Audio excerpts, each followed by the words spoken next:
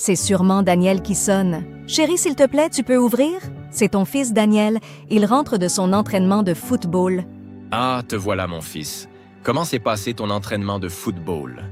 C'était bien papa, le nouveau entraîneur est sympa, mais il nous fait bien transpirer et surtout j'aime beaucoup mon équipe. C'est chouette de retrouver les copains.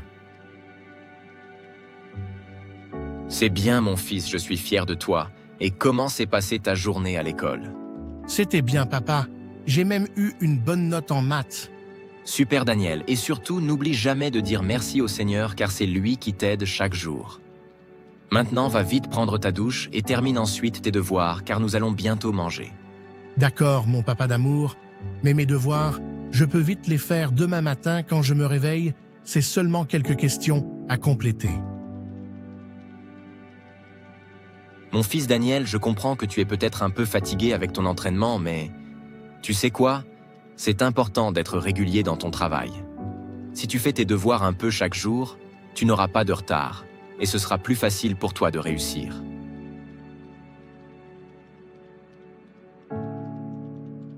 Si tu veux un petit coup de main pour tes devoirs, tu sais que je suis là pour t'aider et maman aussi, ainsi que Samuel et Emmanuela.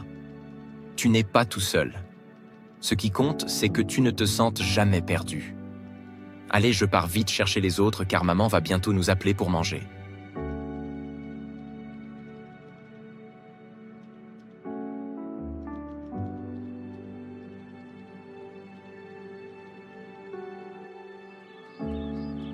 Super Daddy, le repas de maman était excellent, miam miam, trop bien mangé. On a bien rangé la cuisine, non? Il reste encore le sol à nettoyer par Daniel et la table à frotter par Samuel. Et on a fini. Grace et Michael se brossent les dents. Oui, le repas de maman était délicieux. Mais ma fille, n'oublie pas que c'est moi le meilleur cuisinier de la maison. Mon papa d'amour revient sur Terre. Bon, voici mon avis. Toi, tu es doué dans les plats européens, mais tout ce qui est plats africains, comme ce que nous avons mangé ce soir, c'est Mahamaa la meilleure. Et toi, tu es le roi des spaghettis. Chacun sa spécialité, n'est-ce pas? Oh, merci pour tes compliments, comme je suis heureux d'avoir une fille comme toi. Belle, intelligente, mature et surtout qui aime le Seigneur de tout son cœur. Je suis fier de toi, Emmanuela. Bon, allons nous préparer pour la prière du soir. Il ne faut pas se coucher tard, les vacances sont terminées. Je m'appelle Olivier, je suis époux et papa comblé. Je rends grâce à Dieu. C'est ma prière pour chacun d'entre vous. Merci d'avoir suivi notre vidéo. Je m'en vais vous donner 6 conseils pour aider votre enfant à réussir son année scolaire. Une des préoccupations majeures pour nous parents est la réussite de nos enfants dans leur destinée. La réussite scolaire faisant partie de ces objectifs, je vais vous donner 6 conseils pour aider vos enfants à l'école. Point 1. La régularité. La régularité est une condition fondamentale pour réussir à l'école. Le travail de base doit être régulier. Il faut fixer un moment chaque jour réservé aux devoirs, sans écran. Par exemple, lorsque votre enfant revient de l'école, il peut s'accorder une pause goûter puis se mettre au travail durant 30 minutes ou 1 heure tous les jours pour ne pas prendre de retard. Point 2. Le plaisir d'aller à l'école. Un enfant doit prendre plaisir à aller à l'école. Les parents ont un rôle à jouer. Intéressez-vous à ce que votre enfant fait en classe, à ce à quoi il joue aux récréations avec ses amis, assistez aux réunions, proposez votre aide à la fête de l'école. Il est important que votre enfant sente que l'école n'est pas un endroit à part, que vous l'aimez également et y jouez un rôle. Point 3. La confiance en soi. Afin de réussir, votre enfant doit se sentir valorisé et avoir une image positive de lui-même. Ce sont les enseignants et les parents qui tiennent cela entre leurs mains. Croyez en votre enfant, félicitez-le lorsqu'il réussit et motivatez-le quand il rencontre des difficultés.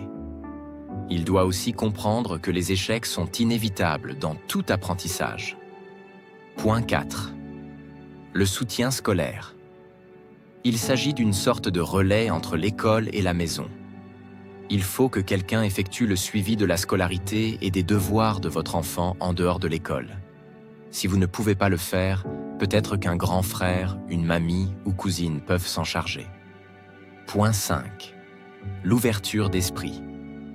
Il s'agit d'éveiller la curiosité et la soif d'apprendre de vos enfants.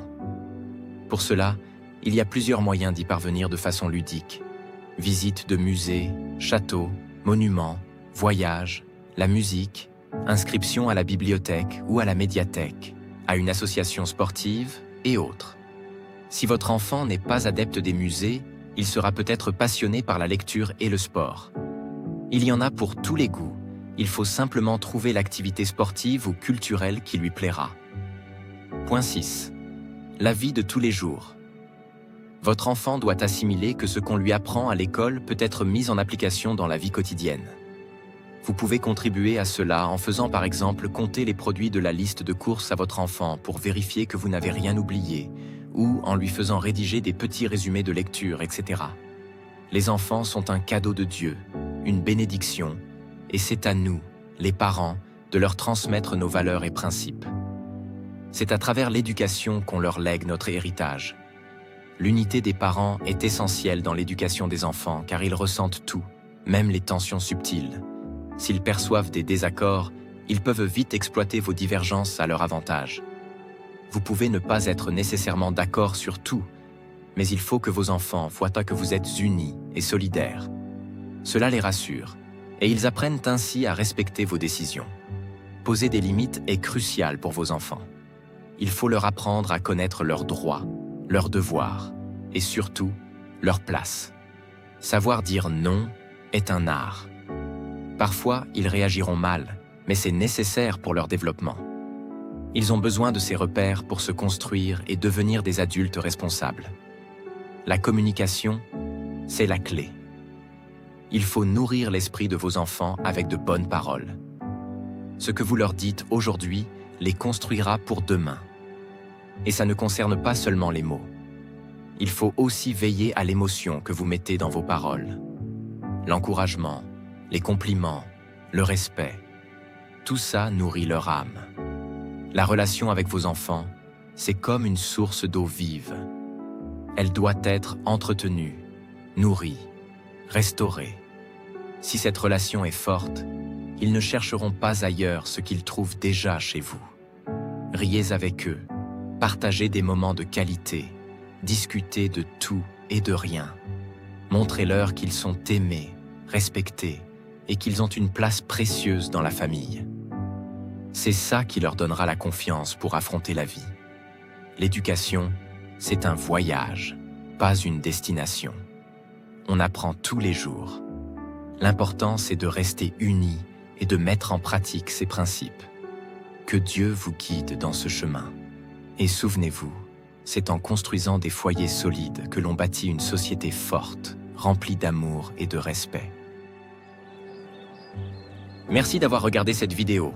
Si ces conseils vous ont été utiles, n'oubliez pas de liker, de partager et de vous abonner sur notre chaîne YouTube Famille Chrétienne et Valeurs pour ne rien manquer. Activez la cloche pour être informé dès qu'une nouvelle vidéo est en ligne. Et surtout, restez connectés pour encore plus de contenus qui aideront vos enfants à réussir à l'école et dans la vie. À très bientôt, Mariam et Olivier.